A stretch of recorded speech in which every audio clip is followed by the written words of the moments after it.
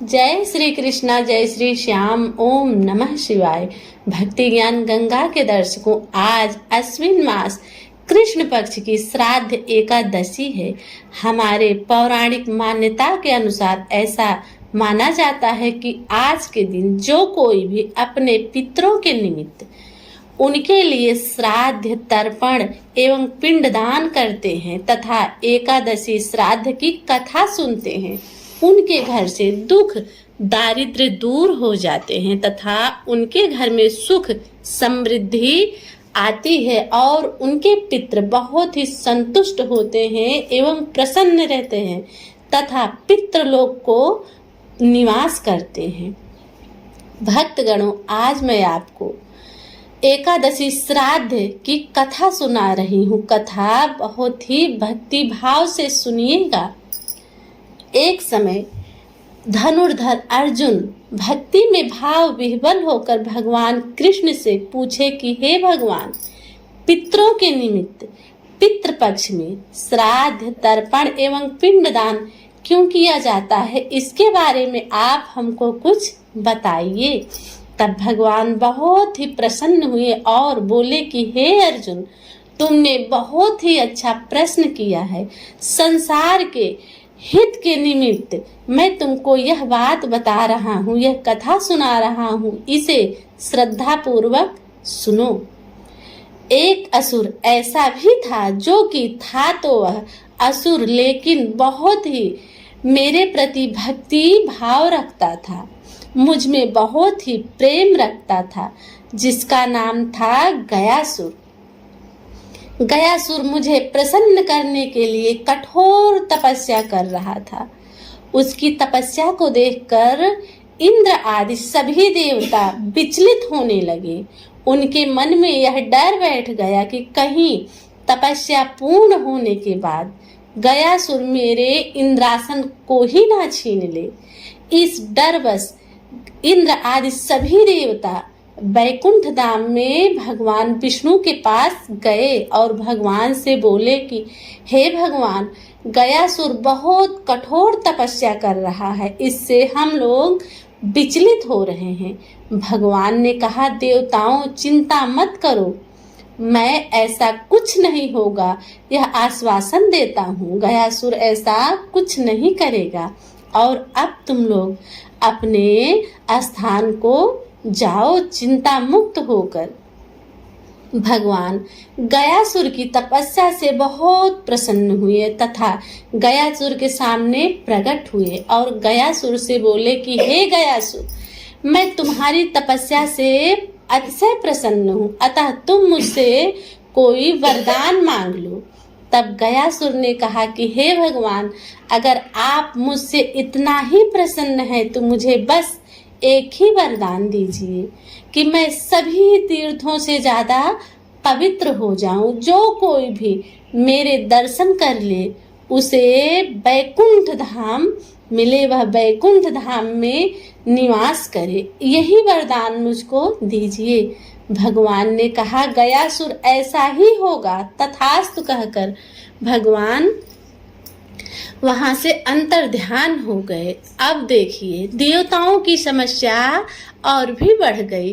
अब तो पृथ्वी लोक पर जो कोई भी गयासुर के दर्शन कर लेता था, वह चाहे पापी ही क्यों ना हो, उसे वैकुंठ धाम मिल जाता था। उसके सारे पाप गयासुर के दर्शन मात्र से दूर हो जाते थे और वह पुण्य का भागी बन जाता था।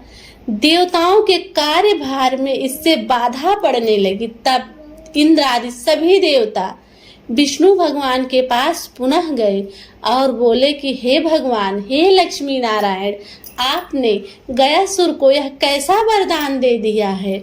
आपके इस वरदान से मेरे कार्यभार में, देवताओं के कार्यभार में बाधा पड़ रही है। अगर पापी भी कोई जा करके गयासुर के दर्शन कर लेता है तो उसके सारे पाप दूर हो जाते हैं। इससे सृष्टि के रचना में बाधा पड़ रही है। तब भगवान विष्णु ने कहा, हे देवताओं, जाओ तुम लोग गयासुर से यज्ञ के लिए भूमि मांगो। इसके आगे खुद ही विचार करना, मैं तुमको रास्ता दिखा देता हूँ। तब देवता आदि सभी गयासुर के पास गया और उनसे यज्ञ करने के लिए भूमि मांगी। गयासुर सहर्ष ही तैयार हो गया और बोला कि देवताओं मांगो, कहाँ भूमि चाहिए तुम लोगों को। तब देवताओं ने उसके शरीर को ही यज्ञ करने के लिए दान में मांग लिया। गयासुर सहर्ष तैयार हो गया और अपने शरीर को यज्ञ करने के लिए देवताओं को दान में दे दिया।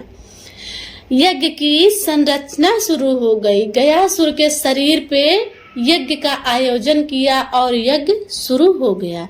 जब पूर्ण आहुति का समय आया, हवन करने का समय आया, तो गयासुर के मस्तक पर देवताओं ने यज्ञ कुंड बना दिया। यज्ञ कुंड शुरू हुआ तो गयासुर विचलित होने लगा, उसका शरीर हिलने डुलने लगा। देवता आदि सभी बहुत प्रयास किए, लेकिन गयासुर का शरीर हिलता डुलता ही रहा। तब देवताओं ने एक शिला ला करके गयासुर के मस्तक पर रख दिया, लेकिन तो भी गयासुर हिलता डुलता ही रहा। इससे हवन करने में बाधा आने लगी। तब सभी देवता ने भगवान विष्णु को निवेदन किया और कहा, भगवान अब आप ही यज्ञ पूर्ण होने के लिए कुछ करिए। तब ब्रह्मा विष्णु महेश सभी वहां पधारे और भगवान विष्णु अपनी गदा सहित उस शिला पे गयासुर के मस्तक पर खड़े हो गए।